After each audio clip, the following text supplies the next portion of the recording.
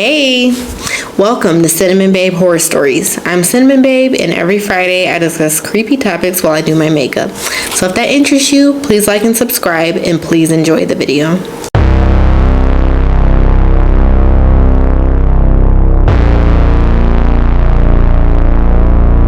Okay, so my wife Lynn and I have been married for 6 years, and throughout our history together, we have never experienced any weird behavior together. She's never acted weird. She's never showed any signs of mental health problems or issues. She's just been perfectly normal. She's very intelligent. She's very serious and very mature. So what I'm about to tell you is very out of character for her. She's never been into horror movies or pranks or just being a childish person. She couldn't even sit through the movie The Shining. Like, she made me turn it off. And again, she doesn't have any history of mental illness in her family or in her past, as far as I know. But like I said, I've been married to her for 6 years. So one morning, I was in the kitchen making coffee, getting ready for work. And as I started to head down the hall towards the front door, I stopped dead in my tracks, and I noticed my wife Lynn peeking from the other side of the wall down the hall, and all I could see was like her eyes, like the top of her head and her eyes, and her hair was like hanging. Her long dark hair was hanging like that, and the rest of her body was concealed from behind the wall. Her eyes were really wide, and it freaked me out so bad. I almost burnt my lip, and I almost spilled coffee all over myself. I shouted at her, and I was like, "Lynn, you scared the shit out of me. What the hell are you doing?" And she just reacted like an excited child and just scurried off. So on the drive to work, I just thought about it, how weird it was, because it's just so out of character. Like I said, she's normally a serious person. She's not really like a jokester type who like does pranks.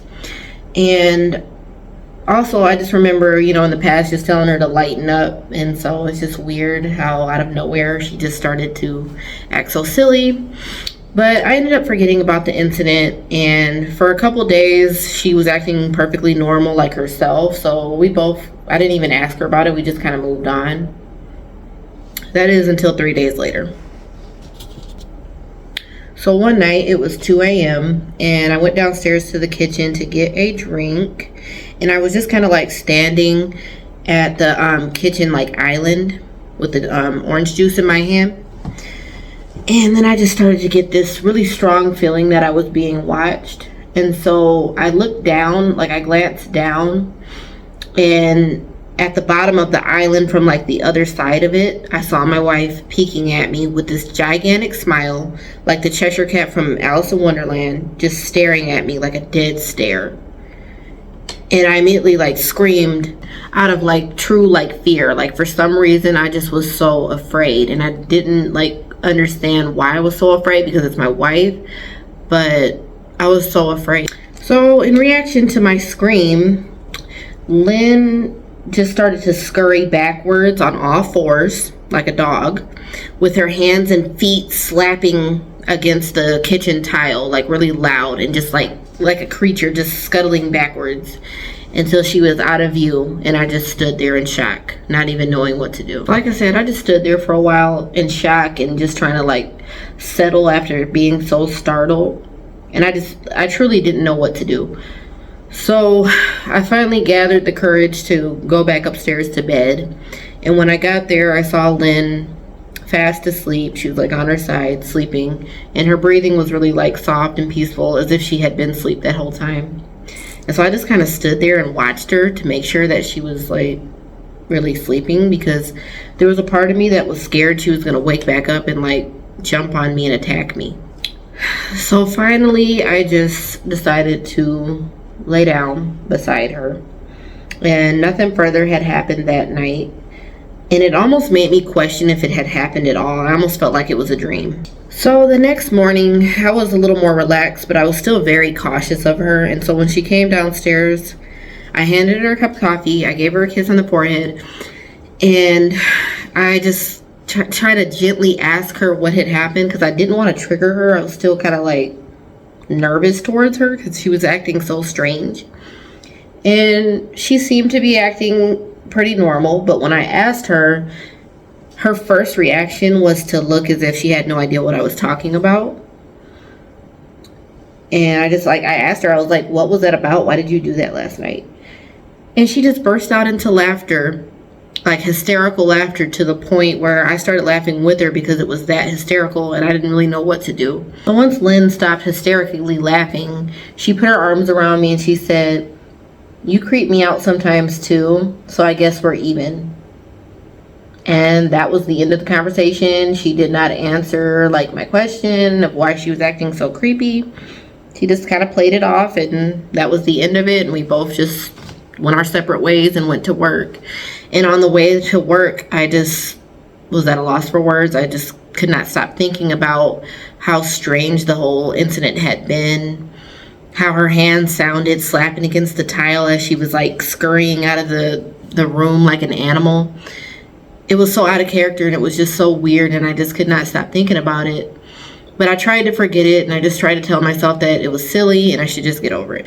So more and more, Lynn started to do creepy stuff around the house more and more, just peeking at me from all corners of the house, behind the couch, behind the curtains, and even in an old trunk that her grandma gave her that sat at the foot of our bed. So the lid of the trunk was like slightly open like that, where you could see like her eyes and like kind of part of her smile. And so it startled me as I was like walking into the bedroom, and I just stood there and stared at her, and she was like smiling like an excited toddler. So after just staring at her in shock, I just said, why? Like, what are you doing? And she just slowly closed the lid back, and I just walked away feeling disturbed. I just couldn't understand why she just kept doing this, but it clearly made her so happy. Like she was so like giddy, like a toddler, like a little kid. And so for about 2 weeks, she stopped. And it made me feel so much better that she had stopped, because I was starting to feel very uncomfortable. But she had stopped for 2 weeks. And one night, me and her were sitting on the couch watching Netflix. And I jokingly said to her, hey, you stopped playing your little spy game. Did you get bored? Or like just joking about it. And she creepily smiled at me and she said, or maybe you just haven't noticed and I've gotten good at it. So let me tell you, that comment alone of her saying that she had been watching me without me knowing really like set the tone for me being afraid of her. And for like the next couple of weeks, I started to become very anxious and nervous and paranoid, and just constantly checking all around me and checking behind doors and every corner of the house that I was at. It got to the point where I didn't feel comfortable being home at all, especially when I was home with her. And whenever she would like leave my sight in the house, I just felt paranoid and just really jumpy, and it made me feel really stupid, because like why am I living like this, and why is this happening? Finally, a couple weeks had passed. Lynn had calmed down and stopped doing it for a while, so there was like little like bits of normalcy. And during that time, I just kind of started to calm down and get over it because she had stopped. But that is until 3 days ago, it had gotten substantially worse. So one day, Lynn had left to go to a friend's house, and I was sitting in the living room playing the game on the couch. And around 9 p.m. I decided to hop in the shower and start washing my hair. And during that time, I started to feel that familiar, eerie feeling like I was being watched, but my eyes were closed because I was washing my hair. So I slowly opened my eyes and damn near had a heart attack. When I opened my eyes, I could see Lynn's head sticking in the shower. Her hair was wet from the shower. Her makeup was in black streaks running down her face. Her eyes were red, as if her eyes had not closed to blink, just staring at me. And her mouth hung open with this gigantic grin on her face. So I freaking screamed and I jumped against the wall in reaction, and she didn't even react. Her mouth just remained hung open with this gigantic deranged smile, and she looked so excited.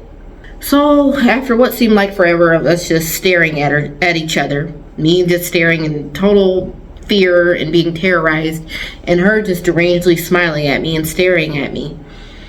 Finally, she slowly moved her head back from the shower curtain, and I watched her body from the shower curtain, like a blurry image of her, slowly moving backwards. So Lynn then slams the door so hard that it made me like scream and jump. And once she did that, I jumped out of the shower and I went and locked the door. And then I stayed in the bathroom for an hour, pacing back and forth, trying to figure out what to do. And also realizing that I'm not putting up with this anymore. Like, I'm done. So I pressed my ear against the bathroom door just to like listen on what she was doing, because I was too afraid to leave the bathroom. I felt like a prisoner. And I felt just trapped and afraid and stupid for being afraid. So I like slapped the door and I was like, what the F, Lynn? This is getting so annoying. And I was hoping to hear like an apology or like something normal come out of her. But instead, I heard like a silent, muffled like groan. And then dead silence after. So after hearing nothing, I just yelled some more. I just said, just freaking stop doing this. I was still too scared to leave the bathroom. So I stayed in there another 30 minutes. And then finally I crouched down to look underneath the door to see if she was still maybe standing there, but I didn't see anything. I could see clear through to the end of the hall, and I was expecting to see like her like smiling back at me or something from the end of the hall, or like maybe like laying down to like stare at me some more, but I didn't see anything. So I finally decided to gather the courage to open the door and face whatever she was gonna do. And so I slowly turned the knob and peeked my head out the bathroom door, and I didn't see anything. Instead, I heard a loud groan coming from inside the closet in the bathroom.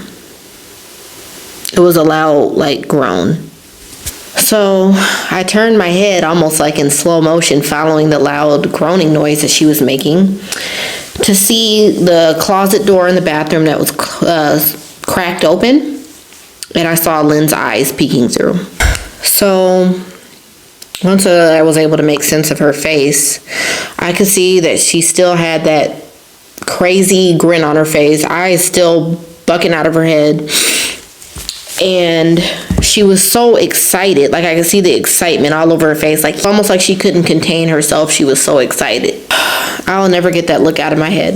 Her hands were like clasped to her chest, like, and she was trembling with excitement, and she, like, her mouth was still like wide open, and she was like groaning, like with like ah, like that. She was so excited. So I immediately sprung into action and just swung the bathroom door open, ran out of there, grabbed my keys, and ran out the front door without even shutting it, jumped into my car with no shoes, no coat, only wearing underwear and wet hair, and just speeding down the road, just completely terrified, angry, confused, and like shivering from both the cold and from the fact that I didn't have any clothes on. So I drove 40 minutes to my brother's house, Chris, and the whole time I'm driving, I'm just thinking about the psychological damage that this has caused me, and just thinking about how she never left the bathroom. She tricked me into believing that she had left the bathroom by slamming the door. And so the entire time, the hour and 30 minutes that I was just standing in the bathroom in complete terror, she just was sitting in the closet watching me the entire time and getting so much pleasure out of it. I was furious. And so the whole time I was driving to my brother's house, like I said, for 40 minutes, Lynn was repeatedly calling my phone and texting me multiple times, and I just completely ignored it and just kept driving because I was just so shooken up. And so when I finally safely parked in my brother's driveway, I finally picked up my phone and looked at it and saw that she had called multiple times and text, and it was basically her like asking me why I left like that and where was I going. And the text messages, it was almost like antagonizing, like she was antagonizing me, like she thought it was just so funny, like, why'd you leave like that? I was furious. So when I came to my brother's door and they answered it, him and his wife Rebecca, they were pretty shocked to see me half dressed with no shoes. But they welcomed me in, and I just explained to them that me and Lynn had a fight. So they gave me clothes to wear, and they just told me that I could stay as long as I needed. They were very supportive. So they let me sleep on the couch, and I was tossing and turning the whole night. I could not get the image of Lynn's face out of my head. I was so terrified and disturbed, and so I just kept tossing and turning till finally my brother gave me a sleeping pill to help me sleep. But even in my sleep, I just was dreaming about Lynn's terrifying face and the fact that she had never left the bathroom. That just really messed me up. So the next morning, I just woke up on the couch feeling sore and just exhausted.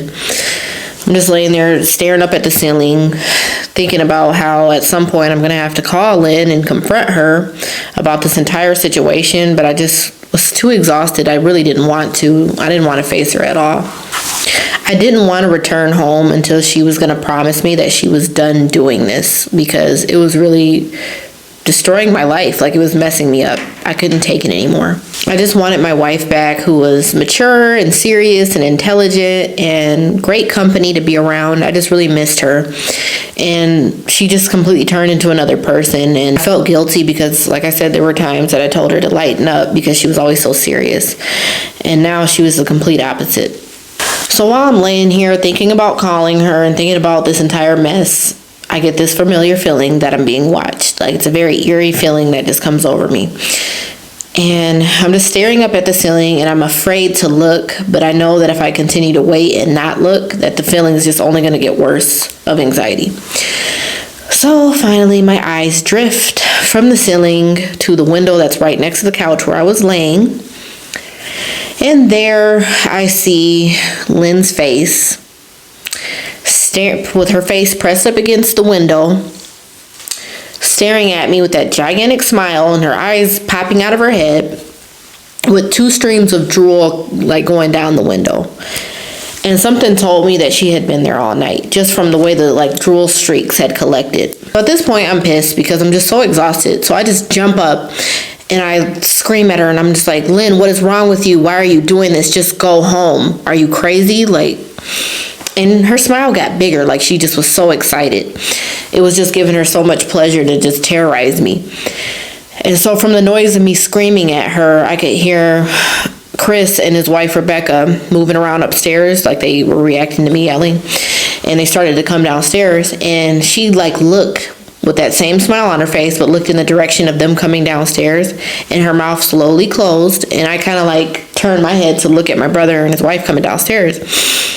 And when I looked back, she was gone. The only thing that was left behind was the long streaks of drool that she had left. And she disappeared that fast. So when Chris and Rebecca came downstairs, they asked me what happened, and I explained to them that Lynn had followed me to the house and she was watching me through the window. And I showed my brother out. We went outside and looked where she was standing, and there were no footprints anywhere except there was like an indentation next to the window, like someone had been sitting there, and then there was the drool streaks. So Rebecca and Chris were pretty skeptical, and so they just concluded that, I just was exhausted and I had dreamed up the whole thing, and I just was too tired to even try to convince them. So that day, I turned my phone off, and I cried most of the day. I called into work.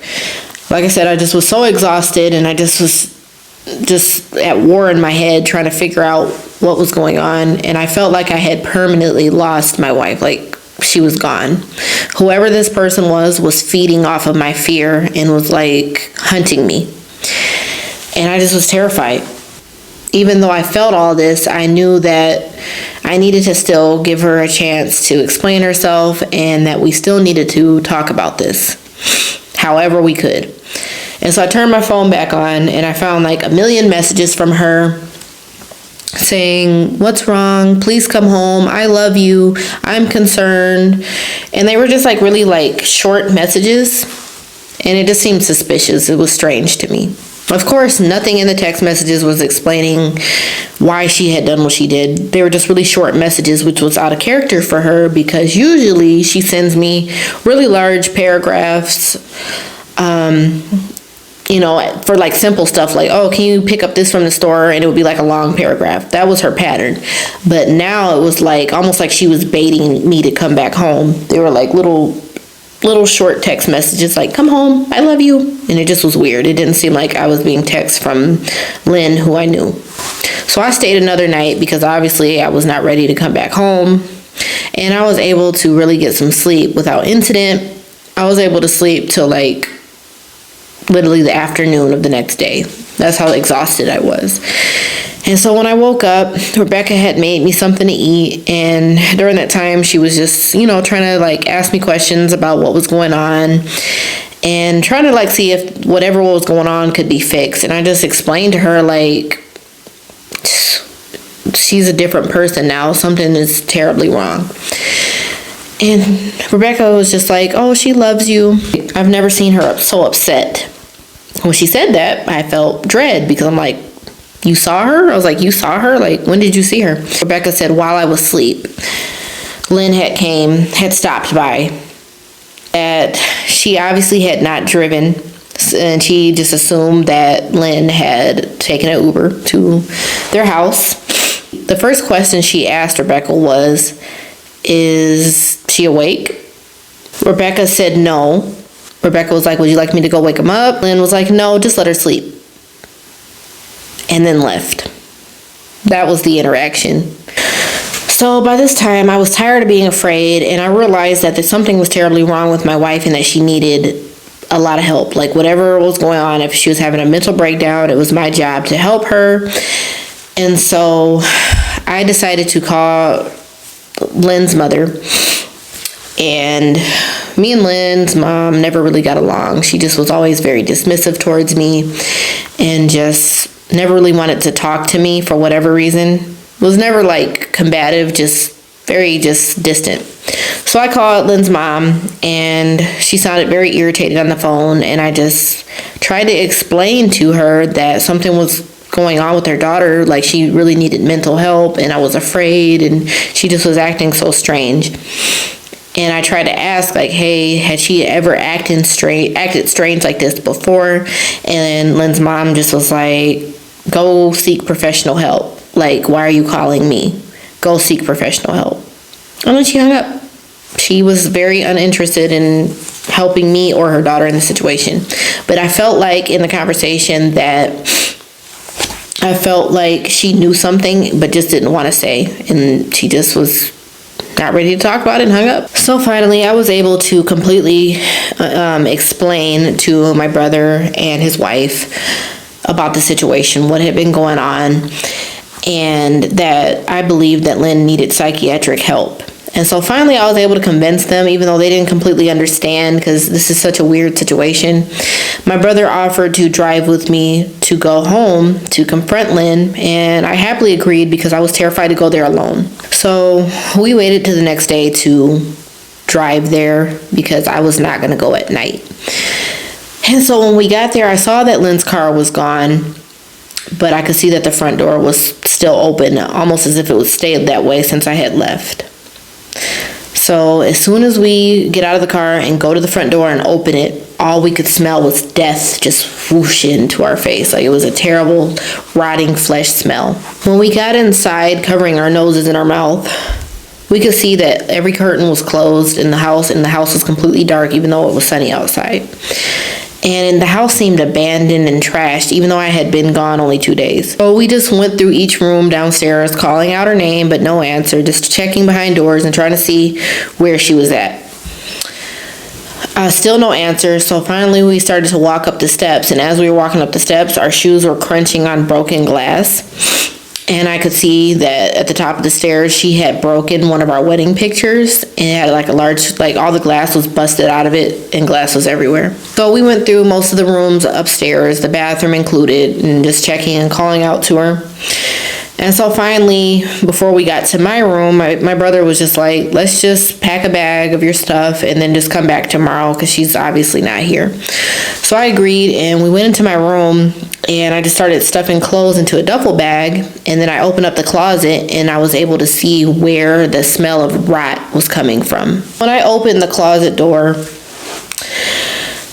on the floor in the closet, I could see a bunch of eyeballs stacked around on like the bottom, like neatly placed there. And they were many different sizes. Some were really small, and then some were the size of a quarter, and they appeared as though they came from animals. And just staring at like all this blood and eyeballs, I could just like imagine how she was able to collect them, and it terrified me. So as we turned to leave, because I was done at that point, and we started to back away from the room, that's when I was able to see Lynn under the bed on her side with her hands like clenched up like that, and she had that wide gaping smile again, and she was making hiccuping noises like she was just so excited that we saw her, to the point she could barely contain herself. Everything in me just wanted to run. I didn't want to be a part of this at all, but I still had a lot of love for her, and I just was like, I crouched down and I was just like, baby, I just want to help you. Will you allow me to help you?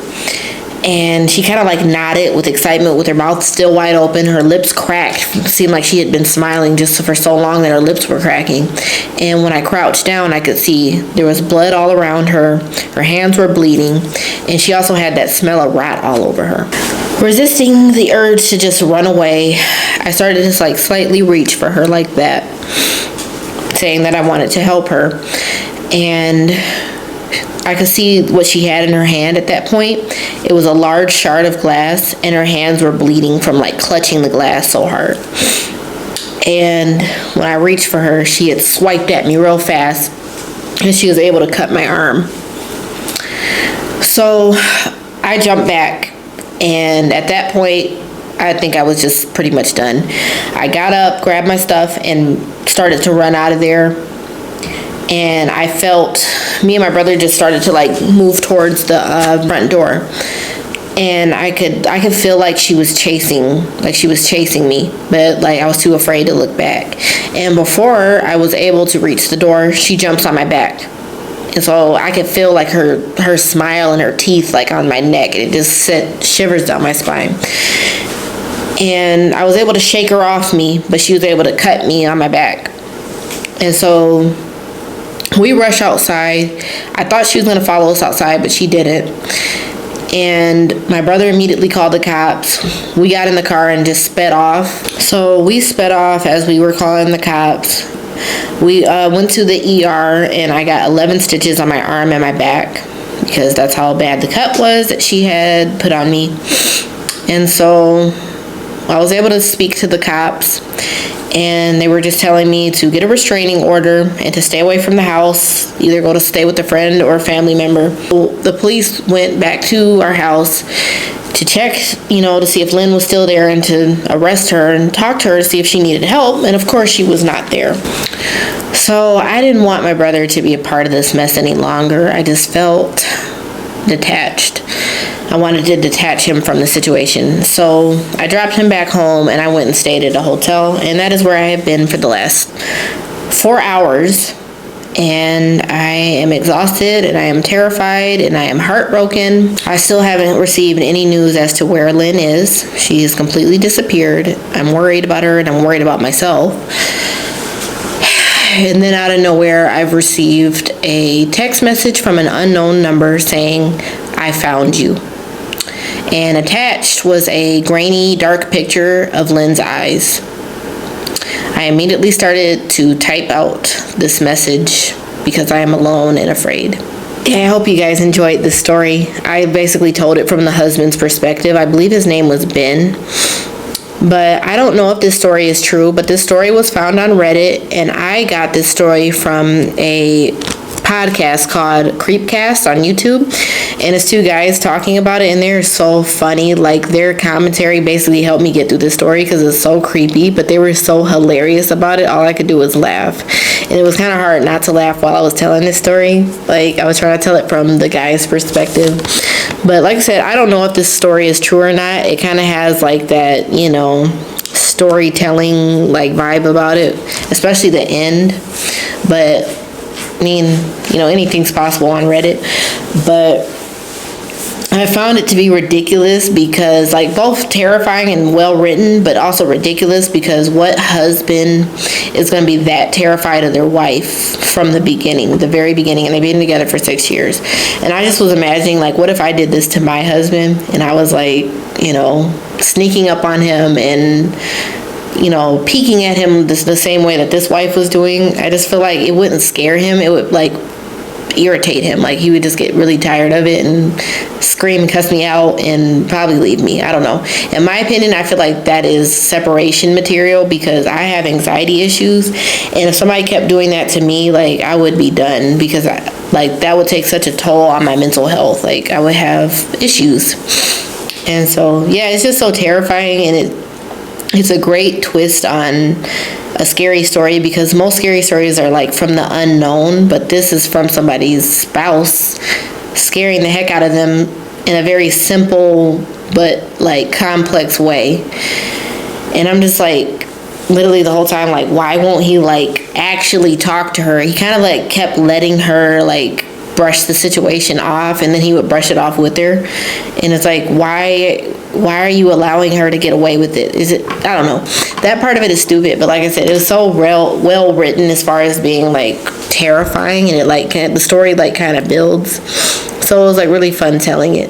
But I hope you enjoyed it. Please go and watch the Creepcast podcast on YouTube because they are so funny when they tell stories, and this was the first story I heard from them, so I'm going to be watching more stories from them. But please go and watch them too because theirs is like a lot more detailed than mine. They read it word for word verbatim from the Reddit post, so if you want like more details, go and watch theirs. But yeah, I hope you enjoyed it. Please like and subscribe, leave a comment down below, and stay tuned for the next video. Bye.